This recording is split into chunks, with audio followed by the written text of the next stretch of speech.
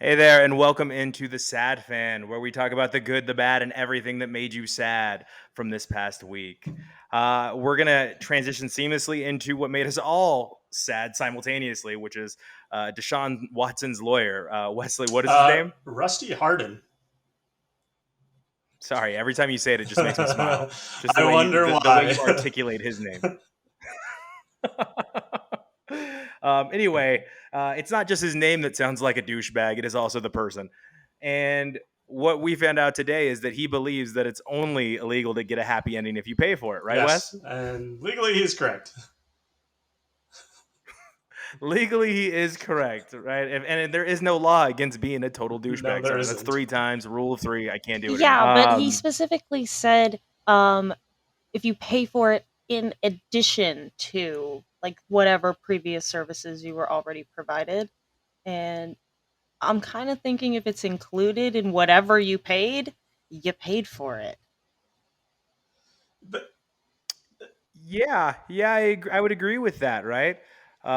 Especially if you try to force it on the person that you were originally paying for a I don't know. I massage. also just find it really hypocritical because these are the same people who shun like actual sex workers who don't Yeah, believe that that is yeah. real work or real employment. And it's sad. It makes me sad. yeah. I I'm a mean, sad I would fan. agree. I also think what he's saying though is like, if it's never really mentioned, like as part, it just happens, then it's not illegal. Which, I mean, he's correct. I mean, because by the law, you have to have arranged like sexual favors for cash, and it's like it's a really gray area. I mean, and he's doing his He's absolutely yeah, protecting his client. absolutely. I mean, he comes off sounding as a douchebag, but he's trying to protect his client. I mean, which is his job. So Oh, let it's not just that he sounds like a douchebag. Like I think the common person knows he is in fact a yeah, douchebag. Um, and I think you kind of have to be a douchebag in that profession to defend people like this, right? I mean, what are we at now? West 23? yeah, 23 with the new one coming. Was it higher at some point than I 23? have no idea. I lost count. Yeah, I mean, I feel like we're on the second season of this, right? Like we all saw the HBO Max premiere of season one, and we're like, will he or will he not get signed by a team? And that was like our cliffhanger, right? Like, da da da, will he ever play again? And then here come the Browns and Jimmy Haslam, like, hey, don't worry, guys, we just care about winning. We don't care about our female fans at all. We will sign him and give him the highest contract in all of the NFL. And now we're at, is he going to be suspended? Yes, right? Because it gets worse because the 23rd accuser is a new one, right? Is it? There's somebody. Or is she just the 23rd to file an actual civil suit? Uh, you got me there. There's too many to keep track of.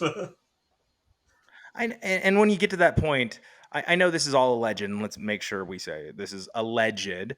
Um, it just when you hit 23, that's Michael Jordan's number, and he's the greatest of all time. So you can only say, hey, he's probably guilty. Um, the other thing that really stood out to me, Taylor, in this was that the woman, the 23rd woman, pardon me, in her suit stated that each woman was offered $100,000 for silence, which is crazy to me because I feel like in any other world, that's almost actually an admission of guilt. Yeah. I mean, like, I was just thinking that that's ludicrous because it's like selling out your dignity if you were to accept something like that. And it's also just disgraceful for someone to even think that they could buy you in such a way. But that's another side of it that I did not really think about. It is kind of like admitting that you're guilty. Why else would you feel the need to have to silence somebody and pay for that? Yeah, and I think you said something very interesting there. And as we progress, I just want to make sure the audience is aware. We are your co-hosts, Wesley Watkins and Brandon Frye. So I apologize I didn't make that clear on the intro. And Taylor is our producer. So I know we want to hear her lovely voice as often as possible, but if she checks out now and then, she's doing her job. So please do not hassle her on the media of socials. Sometimes I'll just use it So as an yeah, excuse so because yeah. I don't know what the fuck they're talking about. Fair enough. But you said something very interesting there, and I want to make sure I address it. You said buy you. And I think that is what's going on. I think that someone of that stature, someone at Deshaun Watson, Wes, does feel like he can buy people, and he's probably been taught that way his Isn't whole that life, what right? every rich person does with NDAs? They use it to buy silence. I mean, this isn't the first time. Yeah, I mean, absolutely. That's literally the point of an NDA. yeah. Yeah, and I think Dave Chappelle, one of the best skit comedy shows of all time, does a skit about having women sign NDAs before he sleeps with them, right? Like with clauses and everything in it. So you're right. You're absolutely right. I didn't even think about that aspect of it.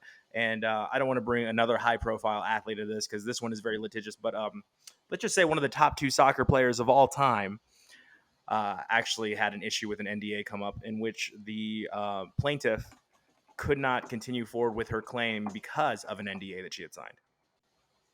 I think I know who you're talking about, but Anyway, no. I don't really need you to, but I'd love your impressions on, is that the world that these people are living in? The world that they just get whatever they want because they've had it since what, high school? I mean, I wouldn't say they've had it since high school because they're probably not getting paid in high school. But I mean, like once you have access to this money, You've never heard of AAU. I mean, like You've never heard of AAU, my friend. I mean, once you have fuck you money, what does it matter? That's true, but I don't know what did Chris Rock say, or was it Shaquille O'Neal that Chris Rock quoted where he said, "I don't just no, it was Chris Rock." He said, "Yeah, Shaquille O'Neal is rich. The man that signs his check is wealthy, right?" And that resonates with me. So I'm saying, do these people actually have bleep off money? Because a lot of these athletes, they go broke within 5 years after their career. I was just gonna say that I feel like it's like a gamble that they are forced to have to take, because if they don't, um, then they risk losing everything right off the bat. That's true. I mean, You have to at least try to fight it and save your face or whatever. So I feel like that's almost yeah, I mean, it's definitely a gamble that probably works out for them the majority of the time. Well, Wes, you were a really, really good skier, right? You finished what, bronze in a state competition in Albuquerque or in New Mexico, something like that, when you tore your I ACL. was okay, but I mean, nothing near. You got like a letter though with a medal in it. I got a medal, but like I wasn't anywhere close to being like Olympics or anything. Well, I just got a medal or whatever, but people are really good at this sport. Like everybody gets a medal. It's 2022. Participation trophy. Get out of here. You were a really good skier and you got a medal. So do you think if you'd continued to progress to these level of Olympics that could have gone to your head? I mean, I don't think I would have ever been good enough to get that kind of money, but I mean, like if I did, I mean, probably. I mean, money corrupts. I mean, Okay. I'm going to be honest here. Like, I probably would have used that money to Okay. my advantage. Yeah, but in this way, I don't think so. I've known you pretty much your entire I adult feel life. like I at don't think that this point way. you just feel forced into it, because if you don't and they come forward, then you're going to lose everything anyway, and you're going to lose any sponsorships, relationships, support that you. Yeah, I mean, at that point, you're protecting yourself. Yeah, but this is a learned behavior, right? This has to be a learned Oh behavior. no, it you definitely learn is. with, It like, you definitely learn is a this. learned this is- behavior that like people have done it in the past and it's worked, so let's just do that. But also, I feel like there is going to be this sort of like fight or flight uh instinct in a situation like this, because obviously you feel like your life is probably going to be destroyed, and it more than likely should be, assuming you're guilty. And Yeah. like Yeah. at that point you just have to figure out what the next plan is. I feel like most people see a lot of problems in life in general. If you throw money at it, it'll go away. Why would that be any different? Nah, dog. More money, more problems, right? But sorry, that's in the words of Biggie. Please don't sue me. Anyway, so Wes, that being said, what Taylor said, keying in on that, do you think if he had just come out and said, "Yeah, I did it," his life would still be over, right? It would be completely over. Yeah, he So wouldn't be playing. Perhaps so through the lens of what Taylor's saying, she's absolutely right. I mean, it's better to just drag it out as long as you can. I mean, Well, isn't that like what? in theory, even if if you go through litigation, if you win, and that's the idea, or like if you pay them off and they don't, no one says anything, or they sign an NDA, the idea is, okay, I've saved my career, my job, my means of living. I can continue to make money even if it means I lost whatever I'm giving up right now. Yeah, and he did just sign one of the wealthiest contracts in NFL history, right, Yeah, Wes? So I mean, did he win? Did he win in yeah. that case? And also one of the So things is like if the longer you drag it out, the more people are just gonna get like burnt out by it, and they just won't pay as much attention to it. that's in today's society, I don't think you could be more right.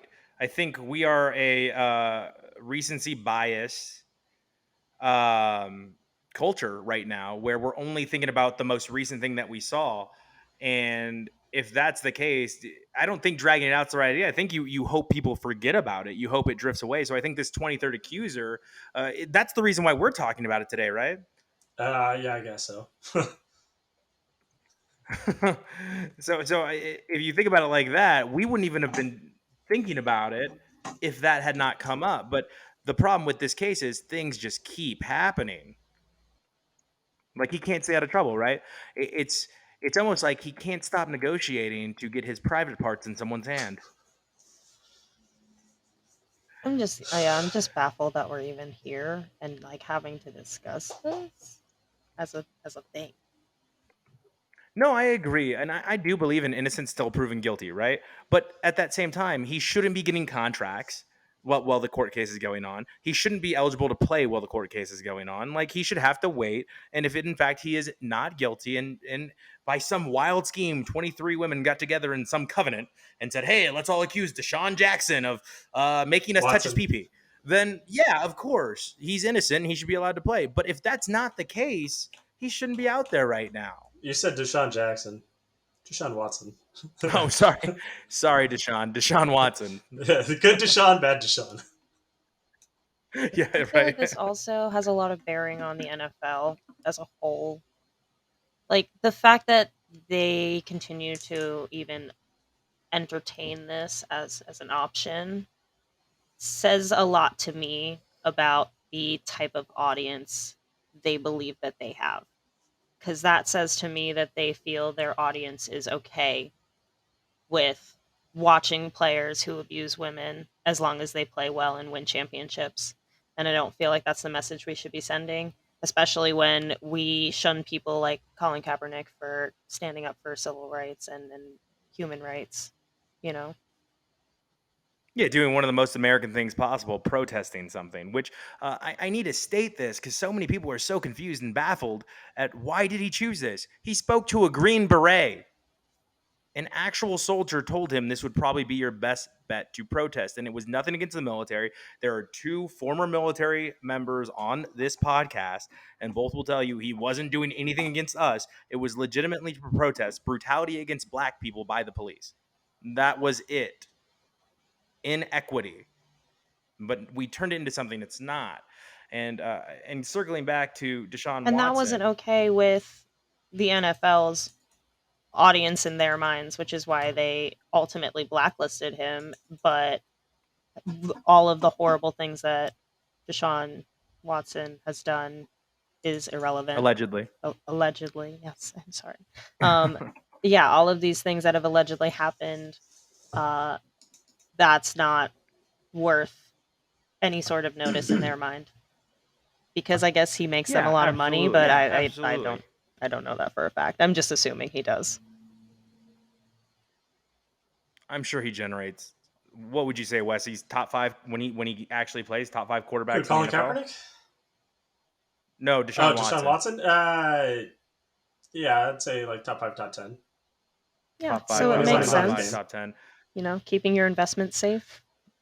Yeah, I mean, he's definitely an investment for the Browns. I mean, But It's Okay. lifetime losers. and Lifetime losers. Lifetime losers. also, I have a losers. question though. Is the audience okay with it then if they continue to watch a player like that and support the NFL's decision to not have any repercussions towards this man? I I mean, think what they do, and go there ahead, might be Wes. repercussions. I mean, they're still debating on suspending him. I mean, so we'll see here probably in the next month or so what happens to him. But Yeah, and in speaking of regards to the fans, Wes, I think what we do as fans oftentimes is separate the art from the artist. Don't you oh think? yeah, I mean, Like we don't think about what they did off field. no, I mean if you're good at what you do and you're good at navigating around those issues, then people are going to forget about it. Yeah, but there have been other Yeah, sports yeah. players who have had domestic violence Sports players, incidences. sports Well, yeah, because players. I don't remember specifically which sport they played. Yeah, yeah. I do No, I remember an liked it incident though. I maybe a liked it few though. years ago where a gentleman beat his wife in an elevator. Oh Oh yeah, Ray Rice, Ray Rice. yeah. So it's not the first time something like this has happened. You know? So, do you want to know how the NFL handled something recently that happened with him, Taylor? So there's another really great football player named Arian Foster, right? And Arian Foster posted a Twitter video of all the great game-worn jerseys he's collected over the years, right? And Ray Rice's was one of those jerseys. So the NFL retweeted this tweet from Arian Foster with the suspicious removal of one jersey. the Ray Rice jersey. Mr. Ray Rice was missing coincidentally from the retweet. So yeah, you're right, Taylor. That's kind of how the NFL handles it, right? Let's just sweep this one under the rug, huh? Let's just no one looks under the rug And for dust. again, like it's it's a rock and hard place because the NFL looks at it as well the audience still watches, so they don't care, they don't mind, we don't have to do anything about it. Um, Well, I think also part of it is the fact that there's not concrete proof. I mean, Mhm. I mean, even with with the the Ray past Rice, there was a incident, video of him beating his wife in an right? elevator. So there was Like, okay. So using that as an There's example, no like allegedly. There's no allegedly. yeah. So there. using Yeah. that as an example, they don't act on it in a sense, and people continue to watch the players, which sends the message to the NFL that they're okay with it. And it sucks because obviously they care about the team as a whole, not necessarily one particular player. Mhm. So Mhm. that's why it's so difficult because I get the fandom. I understand caring about your team, rooting for your team, especially if you're from that place, you love this, whatever. But It's your identity. It's in your some identity cities. in some yeah, cities. But the NFL is only going to act on what the audience is telling them. So if the audience does watch, then they're telling the NFL that they're okay with that. So it's like a double-edged sword. Yeah, and I think it creates a learned behavior, right? And that's going to lead us into another topic we want to talk about today. But I do, and I know I addressed this earlier during this topic, that I do feel like it's a learned behavior. And I do think these people have been coddled since high school. I mean, going all the way back to Antonio Cromartie, where he has come out and said, no, I didn't go to a single class. Like, I just passed. I just got A's. I don't know why I got into Florida State except for I'm good at the football. So he also, he's an amazing person because he got a vasectomy and had 2 more kids after that. So who knows? Perhaps he did just pass. Perhaps he did just pass the classes. Yeah, right. So it's pretty nuts what these players can do, but I do think they're groomed for this, and this sets a precedent. Deshaun Watson sets a precedent to other players like, hey, if you are important enough or valuable enough to our bottom line, you can do whatever the hell you want and you can get away with it. And it's a ridiculous precedent. as long as it's not on video. He might be innocent. As long as it's not. Well, Alvin Kamara, Wes. I think Alvin that's why I Kamara. feel it's unfair that it almost feels like it's up to the fans to have to tell the NFL to tell the players that this is not okay. Because it shouldn't have to be. It should have to be an understanding between the players and the NFL that this is not okay. Mm-hmm. And I think that's... Well, I think it also, Taylor, it falls on the fan to defend their team and their decisions. So with that being said, like when Henry Ruggs happened, as you guys know, I'm a big Raiders fan. When Henry Ruggs happened, I'm constantly explaining his behavior, and there is no explanation. I said that. I was like, it's pathetic. He shouldn't play. And I'm just honest. But I'm sure with Ben Roethlisberger's alleged activity, Ben. I know you're very litigious. With Ben Roethlisberger's alleged activity, right? It's left up to the Steelers fans to defend their team. They're like, look, man, I don't like the guy, but I'm a fan of the Steelers. Like, you expect me to just get rid of my whole sports identity because this guy's an idiot?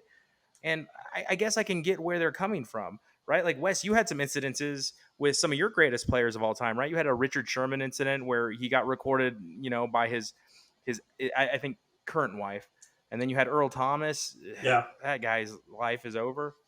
So, Well, that's Yeah, what I meant mean, when I said it was unfair. Yeah. Well, I was going to say much of the Richard Sherman stuff didn't happen until after he was gone from the Seahawks. But like I still he has his own issues, and like I'm not going to defend him, but at the same time, like feel bad for the guy because, I feel like a lot of this, at least in some parts, like kind of comes down to like CTE, I guess. What is CTE? I mean, like a lot of I guess Marion Barber. I mean, kind of like transitioning. So what CTE is, Taylor. It's chronic traumatic encephalopathy. It's a disease of the brain that comes from multiple impacts to the head, and it creates things like depression, suicidal tendencies. Oh, okay. So that's like that thing that they say you get from getting all the concussions playing football. Yeah, and like a lot of the guys end up doing like really bad stuff. I mean, or they have like mental issues and. Oh my god, that's like the Chris Benoit. Yeah, exactly. Chris Benoit. He ended up murdering his entire family. Yes. God. And he had CTE. Yeah. So he sad. had CTE. I don't want to go.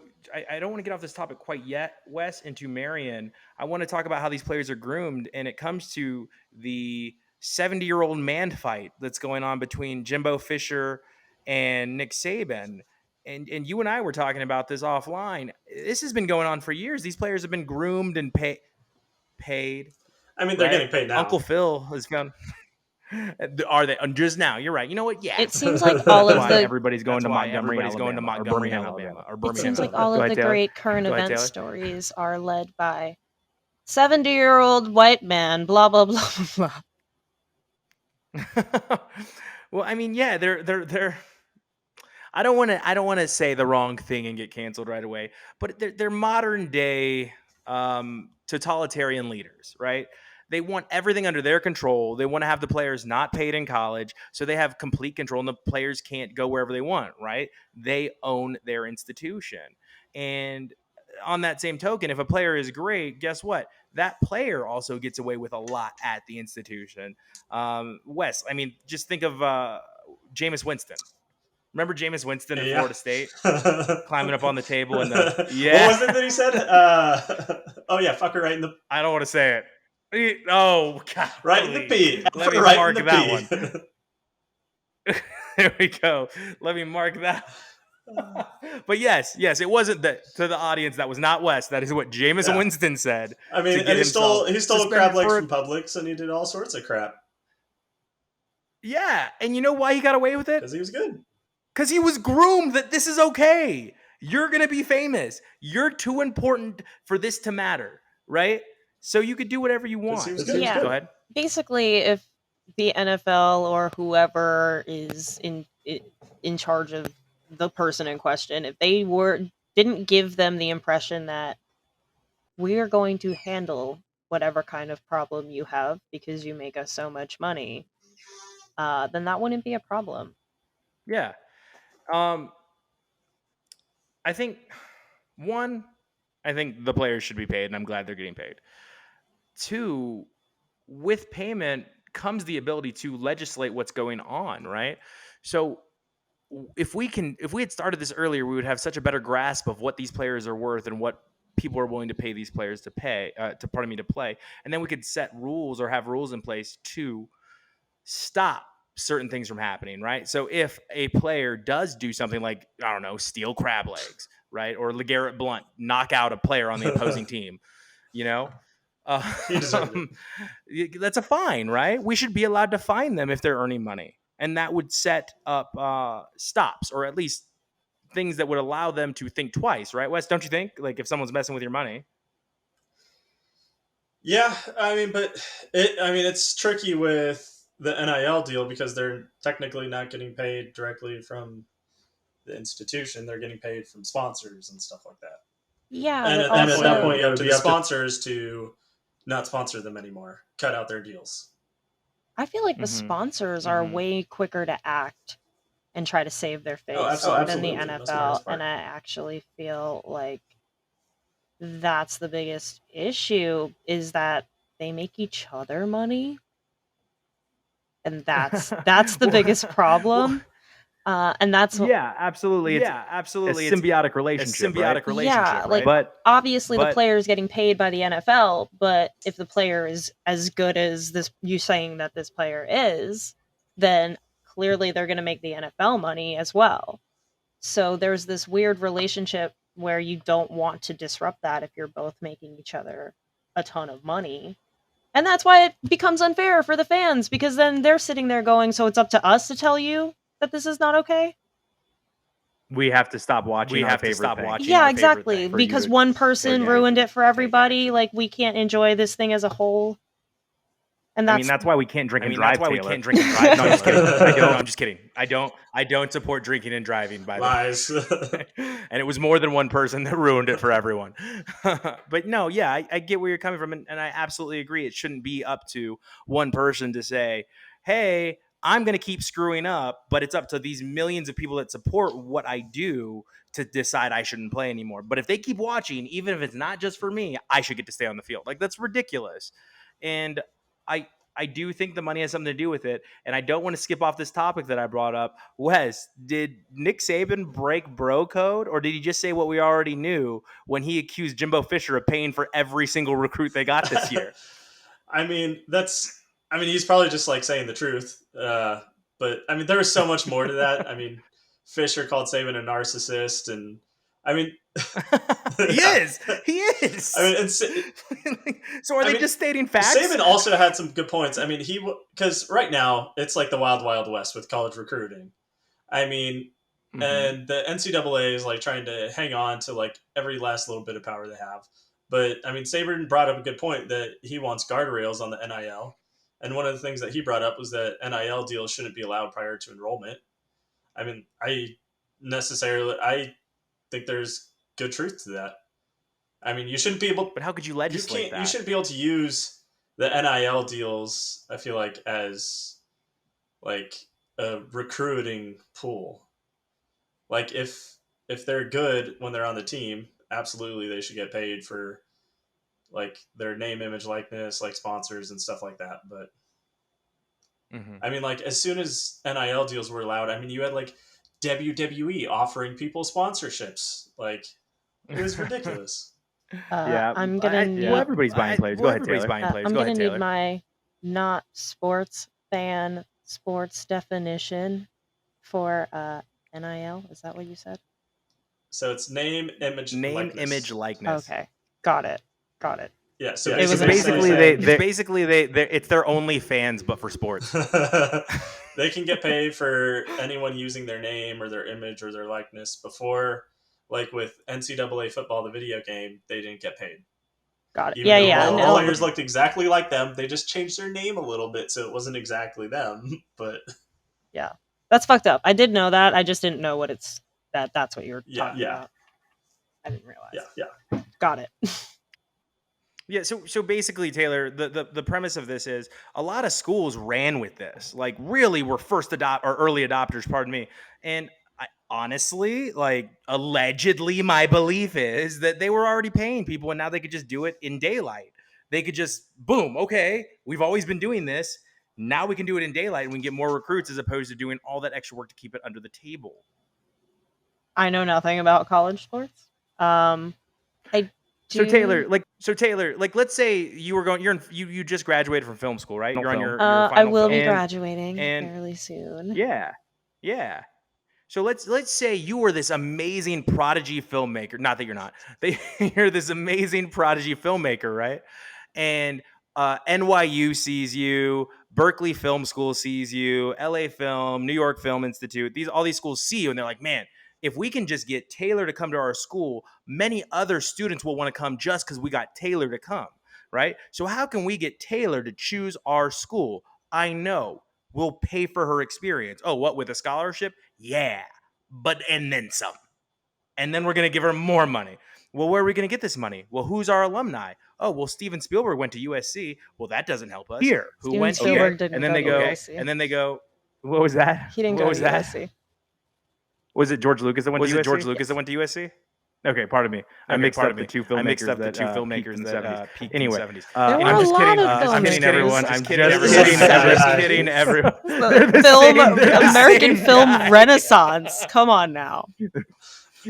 The same guy. I'm just kidding. Obviously, I enjoy all of their films. But yeah, so let's say then George Lucas, for the purpose of this, George Lucas reaches out to you and goes, Taylor, I understand you're looking at NYU and Berkeley School of Film, but why don't I sponsor you to come over to USC? We could use more great filmmakers like yourself. So I'll give you $2 million if you come to USC. Are you more likely to go to USC? I'm gonna say this. I don't have any like definitive proof or whatever. I do know for a fact that USC has already been in an admissions scandal elsewhere on their campus. I would not be surprised if they were already doing it in other parts of their campus and had not been caught doing it. That's not to say that they are. And hypothetically, if they were, USC owns all of the films that their students make. So it would be a benefit for them to do so.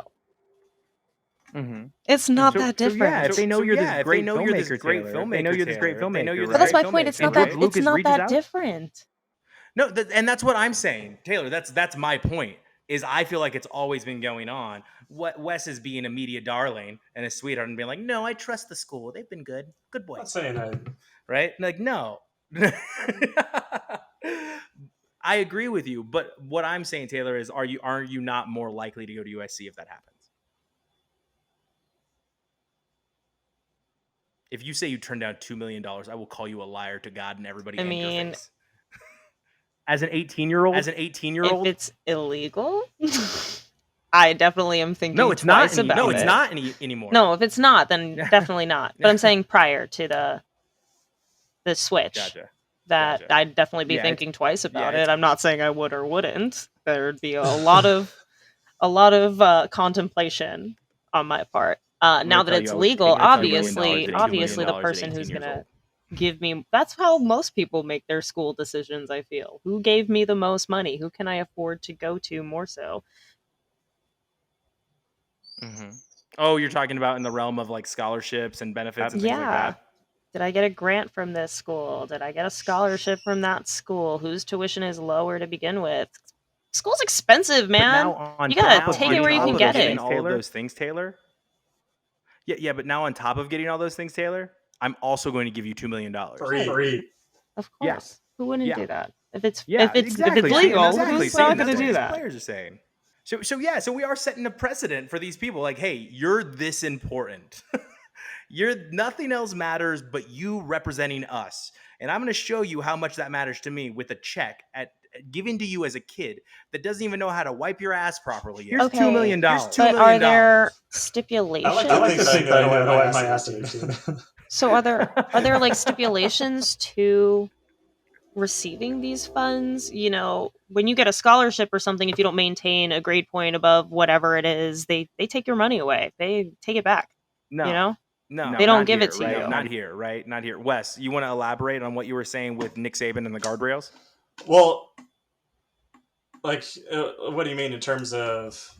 I mean, so he wanted. What do we mean by guardrails? What do we mean like by that term? Because right now NIL is just like a free for all. I mean, there's not really many like rules and regulations around it. They could transfer, right? They could transfer immediately out. Yeah, exactly. I mean, they can transfer after a year because of the transfer portal and the new transfer rules. They can transfer with no gap year. How exactly do the NIL like contracts work? Is it that the school is contracted through like a video game or whatever for the school, or they don't have like a school's not involved at all. School's not involved at all. They don't have like school college level video games. What do you mean? What do you mean? Well, like, you got to pay the Mets or the Yankees if you want to slap their jersey in your video game. Their logo. Yeah. So, are there games? Wes was talking about that a second talking ago about that a second ago with the video NCAA video game. Okay, so there are video games with that. That's what I'm asking. Is it that? It's coming out like in the next year or two, but okay, so this is the first time it's going to be a thing. It went away. Yeah. No, it went away in 2016 because they couldn't pay the players for their. Go ahead, Wes. I said 14. I was just correcting you. You should know. You played it all the time. 2014. Is my favorite. Okay, so with the game, with that I was stealing from players. Whoever made that game would have had to contract the school to use their logo, to use their jerseys and stuff like that in the game. But just the school. Right. But just, none of that money went to the players. None of that money went to the players at all. And I get they like tweaked the players or whatever to get around that part. My question is, now that the students are allowed to receive money for things like that, do they go through the school's contract to get that money? Do they have their own individual contracts with the video games as well? So the schools aren't allowed to be affiliated with it in any way. Like, so for instance, Alabama just created, I think they call it an NIL collective, which is not affiliated with the University of Alabama in any way, but it's like a LLC or whatever called like High Tide Traditions that pays the players, which is like funded by all the big donors and businesses. I mean, but we all know that they have backdoor conversations with like coaches and athletic department and stuff like that. But technically, it's happened forever. Look at the death penalty. But the schools themselves are not allowed to pay the players directly. Okay. It has to come from outside third parties. And sometimes those third parties have the school's interest in mind. And sometimes those third parties don't even care. Like, for instance, like the WWE sponsored a bunch of athletes. I don't think the WWE really cares what school they go to, because they just want people who they think might be good pro wrestlers in like a few years. Not even just that. Think about all the people that follow. We're living in the Instagram, Twitter generation, right? So all their followers see that they're sponsored by WWE. So they're finding new creative ways to get commercials, basically. Yeah. But like, one of the good things though with this is that athletes can finally get paid from their social media. Like, because before, like, you couldn't have a YouTube channel and make money off of that if you're a college athlete. But now you can. Yeah, and what I want to say on that, Wes, it's a perfect point, right? Is the number one, the highest paid person when NIL first started was a gymnast from LSU. And if one of you wants to pull that up for me, who that young lady was, but she was the highest paid player or paid athlete on the NIL. I don't know who sponsored her, Wes. I don't know. And I don't want to say that. But, I mean, obviously she's over 18, so you're probably in the clear because she's in college. But yeah, she was an LSU gymnast, right? And the big gripe about paying players is, what about the gymnasts? What about the volleyball players? What about the tennis players? Like, how are they going to make money? Like, and then we see, oh, with this, they're going to make money on their own because companies, like you just said, Wes, they're going to see a value in this. Like, hey, there's value here. I can have a walking billboard with 50,000 people that like their stuff every day. Yeah. Who was it, Taylor? I think I have the name. Is it Paige Euchers? Hold on. No, Paige Becker. Is a player for UConn. So she's probably one of the highest paid. Yeah, because I have a list, so I'm trying to go through the list. But I will let you know. I will let you know that as Wes found it. Wes found it. Yeah, so it was Olivia Dunn, and it's because she had like millions of followers on TikTok and Instagram, and so she was finally able to make money off of her social media following. Okay. Because if she had made money off that before, she would have been disqualified, right? She wouldn't have been able to. Right? She wouldn't have been able to. Exactly. I will also let you know that as of this article from March 12th, 2022, a 5-star high school recruit in the 2023 class recently signed a name, image, and likeness collective with a school that could earn him $8 million before his senior year at college. 2025? 2023. You said 2025. You said 2023. Oh, 2023. Oh, 2023. Okay, so by next year. I thought you were saying 2025, and I was like, okay, I'm with Nick Saban. This is getting out of hand. This is getting a little ridiculous. We got high school sophomores making $8 million.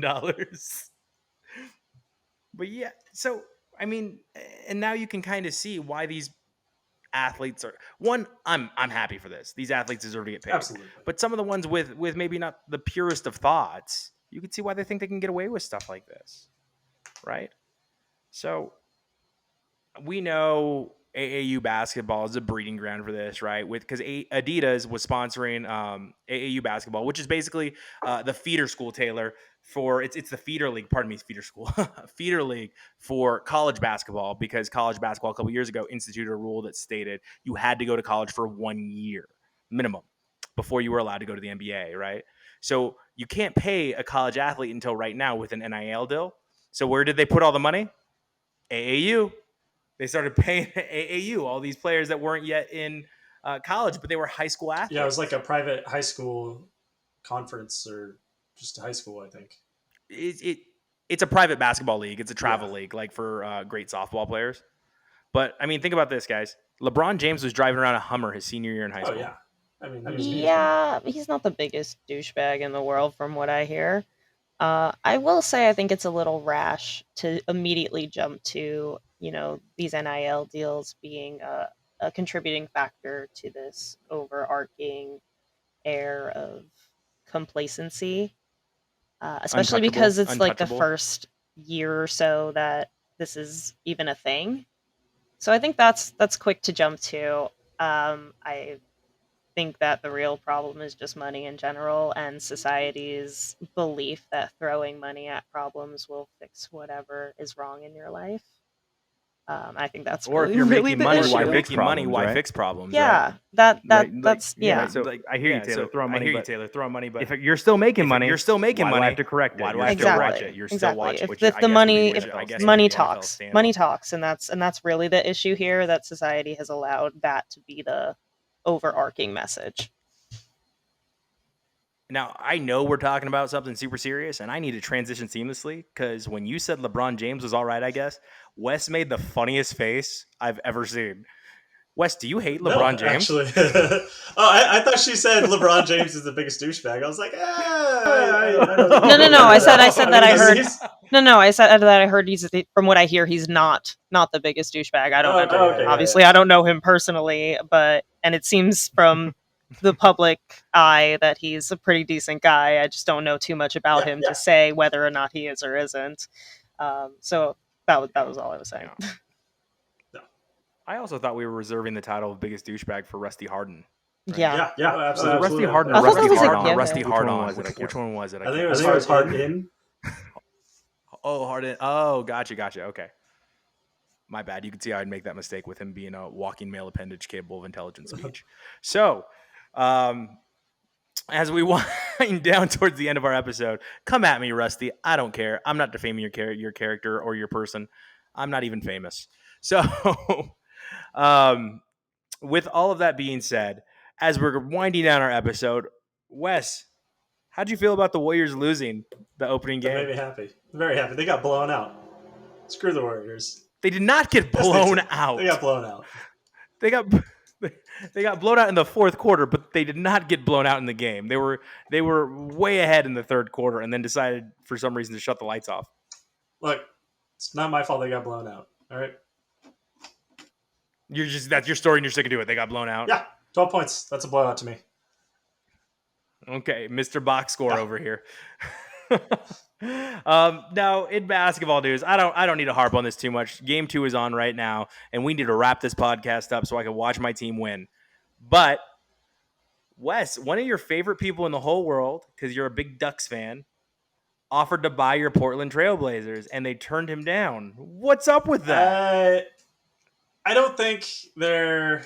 I mean, they said the Blazers aren't for sale, but they have to be for sale per the terms of Paul Allen's foundation. And I think it's his foundation. Yeah, Can we clarify who's trying to buy this? So when Paul Allen died, the ownership of the Seahawks and the Blazers went to his foundation. and his estate, and basically said that upon his death, everything has to be liquidated, and like put towards like his like charities and passion projects, stuff like that. So it's gonna have to be for sale at some point, along with the Seahawks. So we'll see how that goes. But I mean, I think they're going to. I don't think that's the end of the Phil Knight Trailblazers story. I think it's going to keep going on. So, I mean, I know they were wanting more money, but we'll see. That's a good offer for a team out of Portland. Yeah. No, I was just trying to. LA Clippers got. I was just trying to figure out who you were alluding to when you said that someone was trying to buy the team. I was just trying to figure out who the person was. Uncle Phil Knight, the CEO and founder of Nike, who's the basically owner of the Oregon Ducks. Very true. He basically owns Oregon University. He's been buying players for years. I won't lie. He's probably put some money in some pockets. Greased it a little bit. Hey, I mean, if I mean we've won a few Rose Bowls. I mean, we haven't gotten that national championship yet, but we got a good coach, so we'll see what happens. You had a good coach. We have a better coach now. Miami. Okay. Oh, what's his name? Our coach? Yeah. Dan Lanning. What's his name? What's your coach's? Dan Lanning, the defensive coordinator from Georgia. Oh, that must be why I never heard of him, because he's. Oh, you mean Georgia, the team that just won the national championship with one of the greatest defenses in college football history? Okay. Yeah, I'll take their defensive coordinator. We'll see what happens. He already turned around our class after Mario Cristobal left for Miami. Well, are you going to cry if Miami has a better record than Oregon this year? They're not going to. Miami was garbage, and they're going to stay garbage. And So our first pod of the college football season, you're saying right now Oregon's going to win and Miami's going to lose. Excited. We'll see how their first game is against Georgia. I wouldn't say they're going to win, but wow, already bailing on this great head coach. Okay. That was fast. I'm so excited to see all the hate he's going to get because he's so for his teams and so against any other team that he's just made a million enemies. Any team that's not his team, he just pissed all those people off. Well, mostly I just hate any team that Frye's a fan of. That's fair. And I also have other rivals. Okay, let's make a bet right now for UCLA Oregon. How about that? We'll make a bet on air. This is our first pod of the season. You guys are going to get slapped. So, okay, so you get a slap. No, I'm saying UCLA is going to get slapped. Okay. So let's make a bet right now. What are the so we're not going by line, right? Straight up win loss. Okay, straight up win loss. So if UCLA wins, washed up. If UCLA wins, you have to eat 4 Chipotle burritos in a day. That sounds awful. I get to make them. I get to order them. Even if they were good, I get to order them. What are you going to do? Just extra sour cream? I'm going to throw that in your face. I get to order them. I don't know what I'm going to do yet. But you have to eat 4 Chipotle burritos in a day, the whole day. I want to see you sick as a dog rolling around with that last burrito looking like David Hasselhoff. I got to watch this figure. Okay, that's the bet. That's you better win. What are you going to come at me with? What are you going to come at me with? I don't know. For this bet, I need time to think. I can't just come up with something on the spot. I got to make it good. When is this game? He's bailing on Coach twice now. Bailing on Coach. First, we're going to lose to Georgia. Now I'm afraid we're going to lose to UCLA. I'm not afraid of UCLA and Chip Kelly. Chip Kelly can't do anything since he left Oregon. The only place he was good was Oregon. Since he left Oregon. I love that you threw that out there. Since he left Oregon. Enjoy our sloppy seconds. Okay, we'll see what happens. At least I wasn't afraid to take the bet. Look at the face. Look at the face. Oh, there's gonna be a bet. When is this? But I know I'm gonna win, so I gotta make sure it's worth it to me. We're 2 months away from college football season. Yeah. No, we're not. It's crazy. No, we're not. It's upon us fast. Yeah, we're in June, July. College football. Oh, it starts in August. So. Late August, like last weekend of August. Okay, all right, we'll see. Now, like I said, we're towards the end of the show. I know you don't want to talk too much about Golden State until after the game because you are so happy they lost game 1 that you pissed yourself. Pretty much tied right now. But how do we feel about Top Gun Maverick, Wes? That was awesome. Oh, and kind of a throwback to earlier in the show. Someone who's able to just kind of, they're so good that they can kind of make their unpretty side kind of. I mean, Tom Cruise is a Scientologist, and no one really cares anymore. Is that what he is? Yeah, he's a Scientologist, but no one really cares anymore because like he's so good at what he does, producing like macho testosterone-filled movies, which are freaking awesome. And he doesn't talk about that part, and so like no one really pays attention to it. Yeah, he slides right out of Scientology and right into our hearts.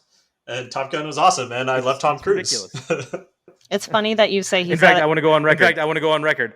I love Top Gun. I saw it twice. I saw it 2 days in a row. Second time was in IMAX, and let me tell you, it was so much better in IMAX. It was incredible. It's funny that you say he. What were you saying, Taylor? It's funny that you say he was at a level where he could do what he wants, because if you didn't already know, the reason this movie got made is because Tom Cruise called the studio. I think it's Paramount who produced it, if I'm not mistaken. I could be wrong, but I think it is. He called them up and said, "We're making another Top Gun movie," and hung up. Yes.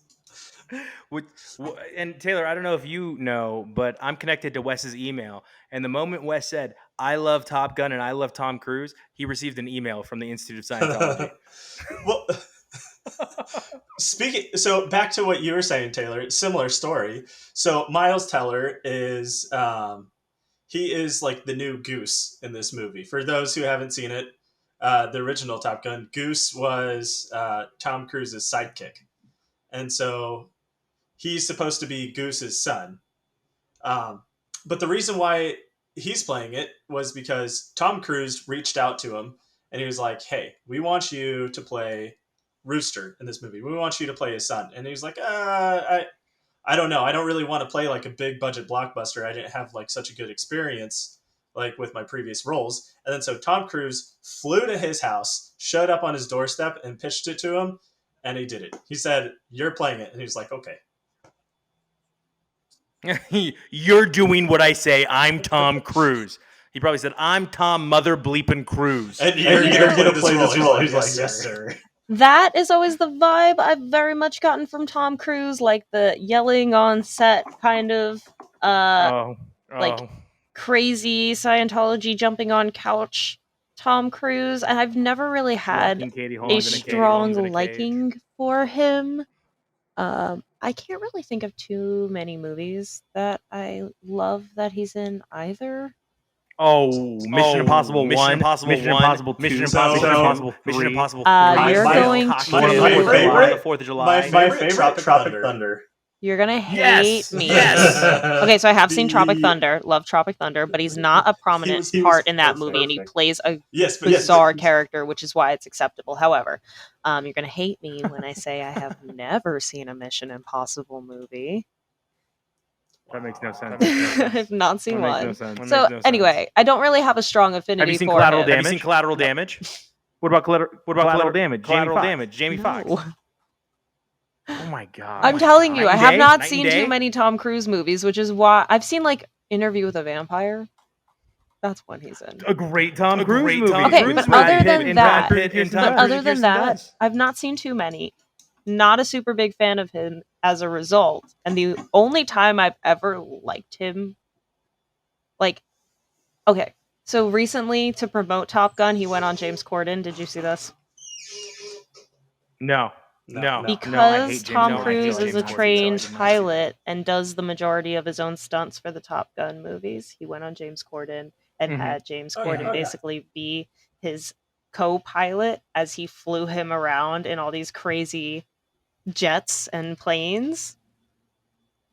I've never liked Tom Cruise more than in this video of him on James Corden. He is like in it. He's there for like to have fun. He's going with the flow, like being a weirdo, having a great time, and he's not like taking himself too seriously, which is usually the impression I get from him.